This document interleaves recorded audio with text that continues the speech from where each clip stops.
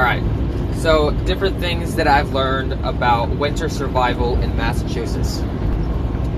So, for 4 years of my life, fortunately and unfortunately, I've lived in Massachusetts. And I say unfortunately because politics and pricing. However, the rest of it was all pretty decent. Beautiful state, or Commonwealth, whatever you want to call it. Decently nice people for the most part, and the winters are absolutely breathtaking. However, the winters are also brutally cold. Now, one of the first lessons that I've learned about winter in Massachusetts is during the first snowfall, it seems everyone forgets how to drive, and really just continues throughout the rest of winter. However, this got me thinking, well, in the wintertime, driving in Massachusetts, maybe you should carry some different things in your vehicle just in case you get caught in a major accident. And guys, during a fatality, roads and interstates can be shut down for a very, very long time. So it would always be best to always carry in your vehicle a first aid kit, a fire extinguisher, change of clothes, and some snacks just in case you get stuck for a long period of time. You have something to eat. Also, you want to carry some sort of liquid, water, Gatorade, Powerade, something like that. You'll also always want to carry some sort of paper map alongside with a GPS. Now, GPS could be your phone, as it is mine, but if you don't know the area all too well, or you don't know how to navigate it where you're at, then you're definitely going to want to have a paper map of the area. That way, if something does happen, you can find your way, get to your destination via a different route. Another thing you should always carry for winter time in your vehicle is a snow shovel. And I learned this the hard way. I didn't have anything to get me unstuck from being, stuck in snow in a parking lot, and there was nobody around to help me. The only thing that I had that in any way resembled a snow shovel was a European license plate. Now, while this European license plate did do the trick, it did take quite a while to shovel enough snow from around the vehicle to actually get me free. Okay, so another thing that I learned about living in Massachusetts for wintertime is to make sure that you have enough firewood to last you the winter.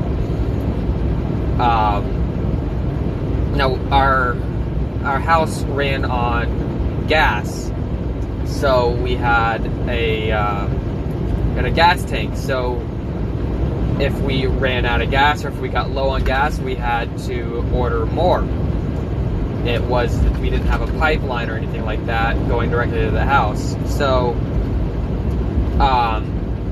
we had to make sure that we had enough firewood as well.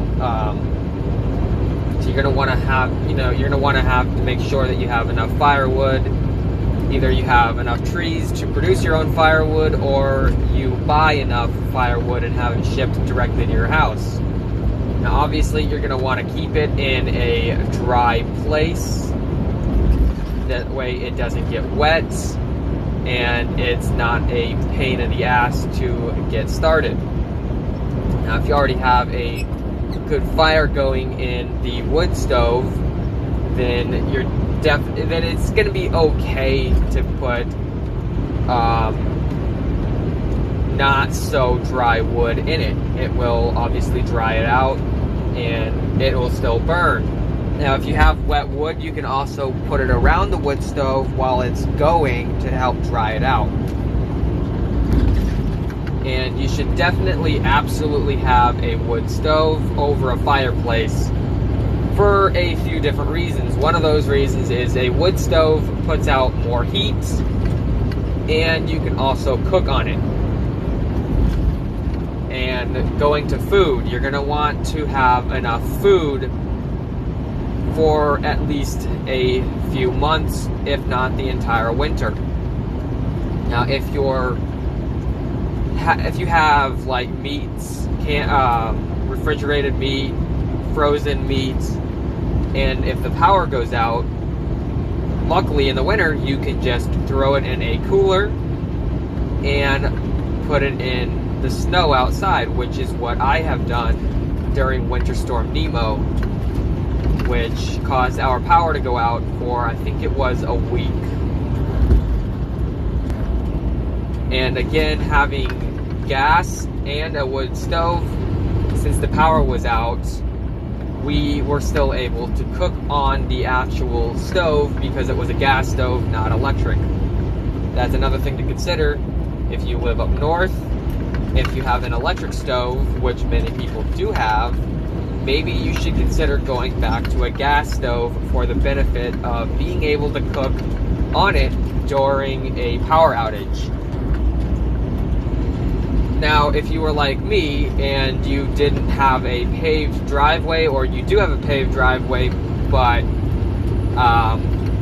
it's not heated, then you can definitely make bets that you're going to have to shovel your driveway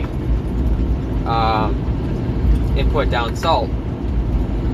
Now, before I moved up to Massachusetts, one thing I never ever considered was buying enough salt. This is snow melt, not like cooking salt, obviously. Having enough salt or snow melt for the entire winter. Now, there was plenty of times where I was stuck in my driveway because I only had two-wheel drive at the time. As do a lot of people up north. But there's a lot of times where I had to shovel my driveway, use salt in order to even just get out of the driveway. Now, if you put salt down, if you salt your driveway before snow comes, then you will definitely reduce a lot of the work that you're going to have to put in order to get out of it. Another thing that you should definitely consider is getting rid of the all-season tires and going for actual winter tires, snow tires, whatever. And you should also invest in chains for your vehicle.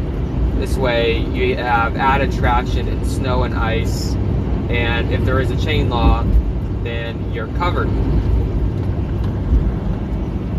For your home, you should also invest in alternative light sources in case of power outages, such as candles and lanterns. Now, obviously, you're going to want to get good gloves and good boots to help keep you warm.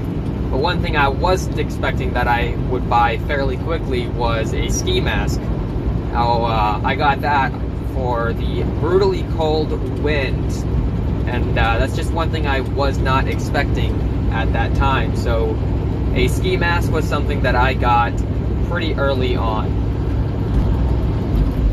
Obviously, hand and feet warmers are a very good investment to buy as well. Another thing that you should consider doing, if you don't already know, is researching signs and symptoms of hypothermia and ways to treat it. Hypothermia is a very, very big thing in wintertime if you're not careful. Another thing is, this one's more on the expensive side. If you don't already have one, buy a four-wheel drive. Now, four-wheel drive doesn't mean four-wheel stop, however, especially on ice. So four-wheel drive comes in handy if you're in snow, but it doesn't really do a whole lot on ice. So there's a lot of people in Massachusetts that have big four-wheel drives, and they think they're the king of the road, and come wintertime, half of these four-wheel drives end up in the ditch because they don't know actually how to drive them. But guys, the biggest thing to prep for winter is you need to prep for a long-term power outage. These are very common in winter, especially in Massachusetts. And during Winter Storm Nemo, we had, like I said, we lost power for, I think it was a week, but more people lost power for an extended period of time. People ended up dying in their homes of hypothermia. People had to evacuate their homes because of the power outage, because they weren't prepared.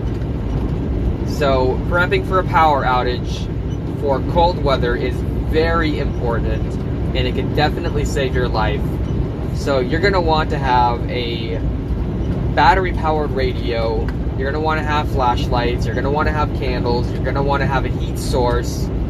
And you're going to want a way to be able to cook food and keep food safe for power outages. So you're going to want to be able to store that food outside in a container that no animals can get to. And again, one of the big things you're also going to want to get ready for winter is your vehicle. So have some good tires. Keep your following distance at a very safe space. Keep your speeds lower.